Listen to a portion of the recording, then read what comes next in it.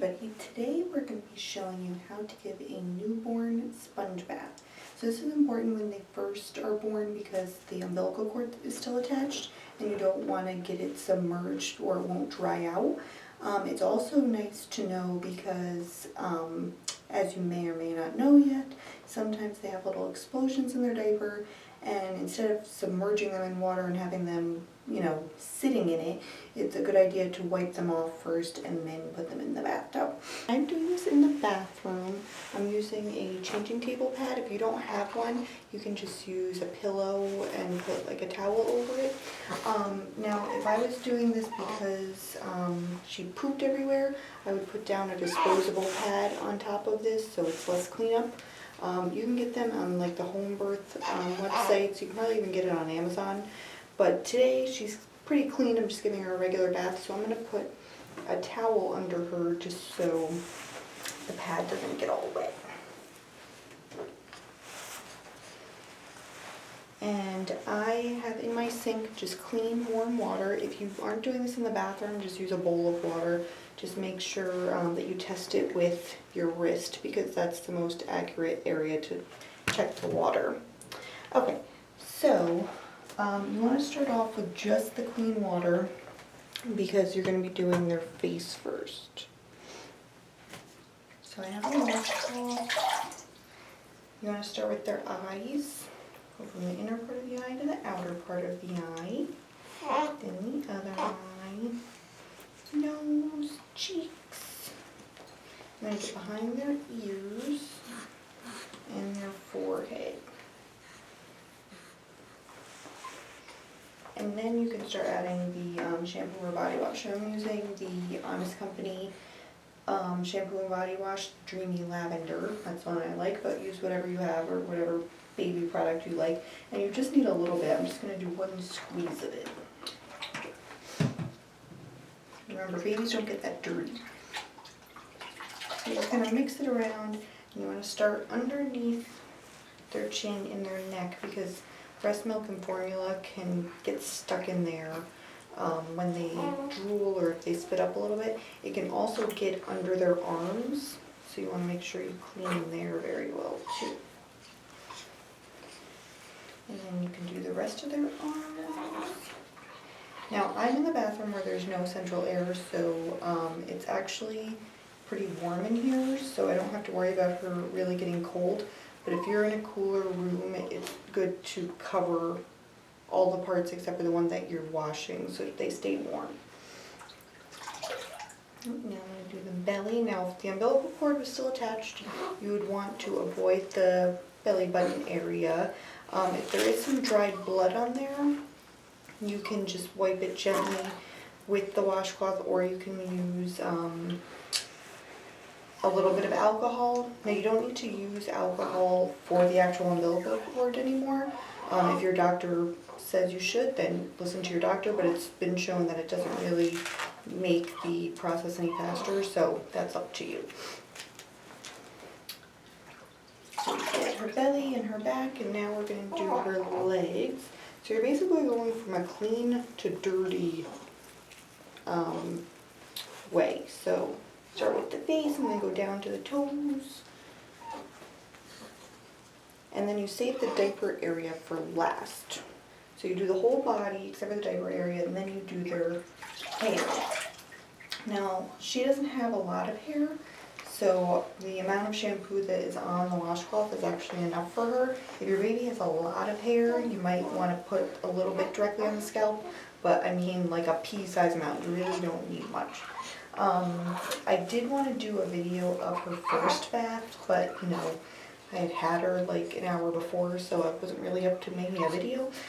But really the only difference between the first bath and these sponge baths are, they have blood and maybe the vernix on them. So you obviously want to clean a little bit more. And their head, it's actually a good idea to have water running, very gentle pressure obviously, but have them rinse their head under the water and put the shampoo directly on their scalp to get all the blood off. Another thing is if your baby is covered in any of that vernix, which is that white sticky substance, It's usually in their armpits, in their inner thigh areas. It can be on their head. It can be on them really anywhere, but usually if they're more full term, it's just in those kind of areas. You don't want to really wipe it off. You just want to rub it gently to get any dirty part off, but you want to leave it on because it absorbs into their skin and helps their skin stay soft. So you don't want to actually rub it off. Okay, so now we've done the whole body. Now I'm going to skip the diaper area today because I actually just changed her so she's clean down there. But if I was going to do it, I would do it now. I would save it for last. And you want to make sure, again, just in this area, to go from clean to dirty. So the vagina is technically the clean area, so you want to go right down the middle. Then switch your washcloth around and use a different area. Bless you, bless you. Bless you. Bless you. And if there's anything actually in the diaper, you would want to use a disposable washcloth or a wipe, so you don't use the same washcloth. So again, you go right down the vagina, then you go in the inner thigh areas, and then the little butt area.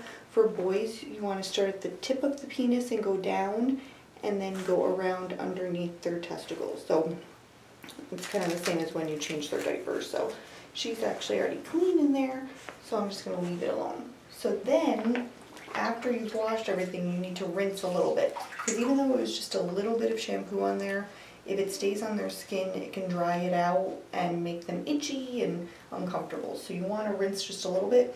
If I had used this in the diaper area, I wouldn't use it again because now it's technically dirty. So I'm just going to leave that on the side. I am in the bathroom, so I can just turn the water on, but if you were doing this not in the bathroom or not near a sink, you would just have to have another bowl of warm water. So what I do is I just have the water run and then just kind of pour a little bit on them to rinse. So again, not much to rinse because there's not much on there, but you want to rinse a little bit. Especially on their head because you don't want that all itchy. But just remember to avoid the umbilical area if it's still attached.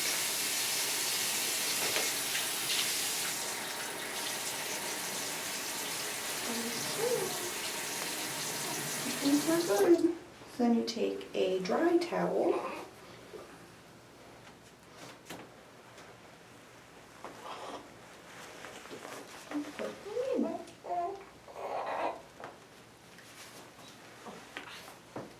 There you have a nice clean baby. So another thing I like to do around bath time, ooh, piggy. Another thing I like to do around bath time, especially when she starts having a regular bath, because their nails get a little soft when they're in water. Whoa! And she spits up as soon as I give her a bath. I like to cut her nails. I personally bite them, but that is completely up to you. There have been people who've said that can get bacteria on them, obviously from your mouth. So you want to make sure that their nails are a little bit on the longer side if you do that, and be very careful. You can use the baby fingernail clippers if you feel comfortable doing that, or the easiest way is to get the little nail files and just file their nails.